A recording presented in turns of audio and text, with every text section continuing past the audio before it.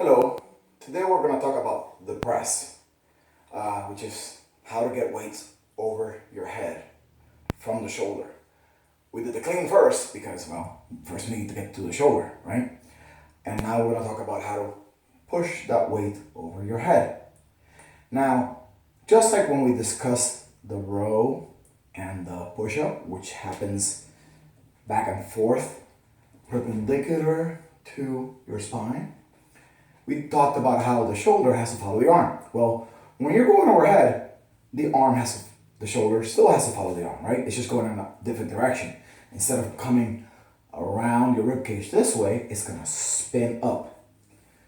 It's gonna spin up, your shoulder blade is gonna go like this, pointing the socket towards the ceiling, or in that general direction, right? It doesn't go perfectly up towards the ceiling. Now, in order for that to happen correctly, we need to have the plank position developed. And because the press is a standing plank, right? And for that, I like to see somebody having being able to do a plank before they get good at presses, right? Before they try to get good at presses. I like to see people being able to do push-ups and rows and bridges, which I'll make a video on bridges probably today. Anyhow, so here's how the press goes. Well, before I get into that. Now, sometimes people there's controversy, right? About where your elbow should be during the press, right? How close to your center line or outside from your center line the elbow should be during the press. And here's my take on it. The elbow should be under the wrist because the wrist is being loaded by the weight. The hand is being loaded by the weight, so the elbow should be under the wrist.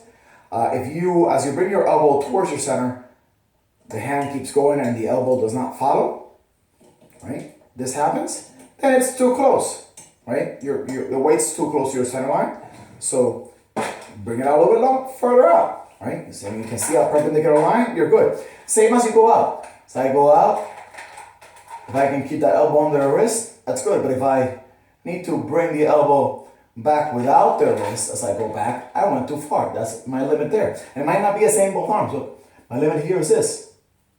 It's significantly less on my left, right, than my right. Therefore, the amount of range of motion that I have available, the amount of angles I have available to press on my left is different than my right. And that's true for most people. So, first I'm going to show you how to press with a kettlebell, right? And again, we want to make a nice clean motion. So when I pull back, pull in. Now, I'm going to look for that straight line. And again, I can press out here or I can press in here. And I'm going to keep that clean line as I press above my head. If I keep that line straight up and down, chances are that the scapula will turn out in the correct direction, right? It will rotate outwards in the correct direction and upwards. Upwards is the correct term. And when I come down, I bring that elbow straight down under that wrist the whole time. If I come down and it pops out like that, I probably went down too far. In this case, with the kettlebell, I'm bringing it right to my ribcage.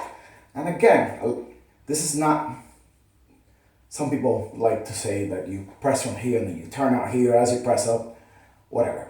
As long as it's under, we're good. So if you want to press from out here, that works too. As long as you can keep that elbow under that wrist, okay? And again, keeping the standing plank. My butt's contracted, my abs are contracted, right? I like my knees kind of soft, keep the weight in the center of my foot. My head's over my ribcage over my hips as I press. Now, same thing applies to a hand press. I'm here. Look, this is how I would carry them if I was doing a front squat. But if I'm going to press, I'm going to bring those elbows in. And I'm going to press overhead. And down. Right? Always keeping that elbow under the wrist. Again, the main thing is develop the movements before that you need to accomplish this. Develop your plank, develop your bridge. Way easier than doing the press. Develop the push-up, develop the row. Once you have all those four bases covered, teaching somebody a press, learning to do a press is way easier.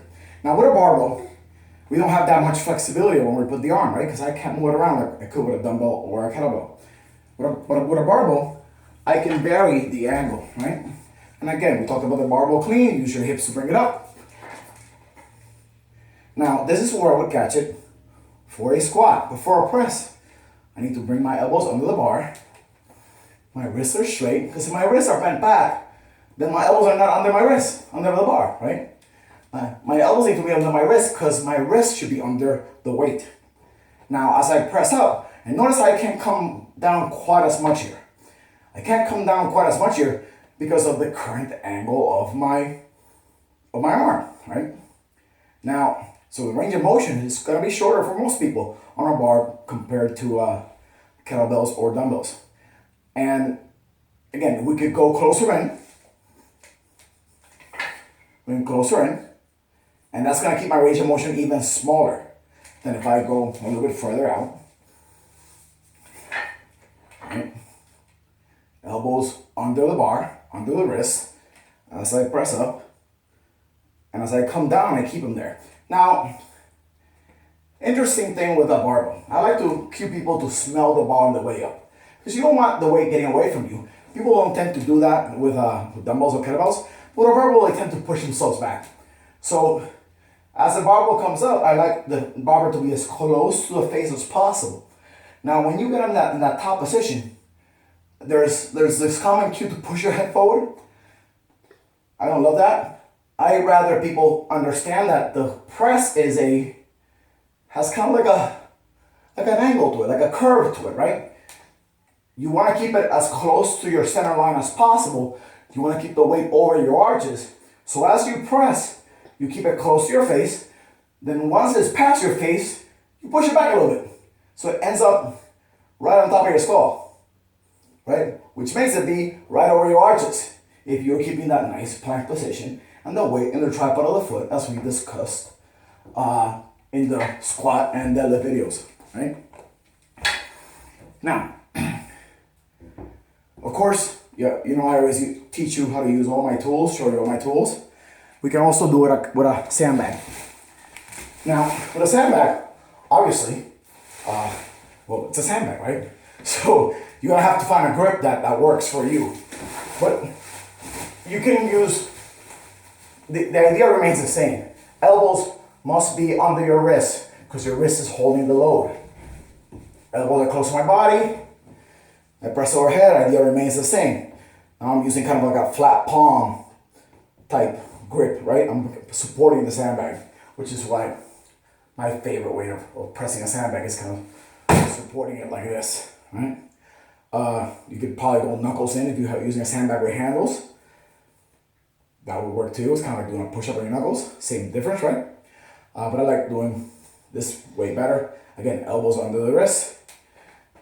Making sure that happens, making sure you have the plank will make it more likely for your shoulders to spin up and upwardly rotate and the socket to point upwards, which involves some ribcage movement, some clavicle movement, but whatever. So you can get that safe overhead position as you press. That's about it, really. I repeat, get everything else worked out beforehand. Good plank, good bridge, good row, good push-up, and then learn the press. And when I say good plank, good row, and good push-up, even good plank, I don't mean you need to be able to do it parallel to the floor, especially the push-up. And the row, you obviously don't need to be all the way back parallel to the floor. I just mean, can you do the movement even at an incline? Have a great day. Hope that was useful.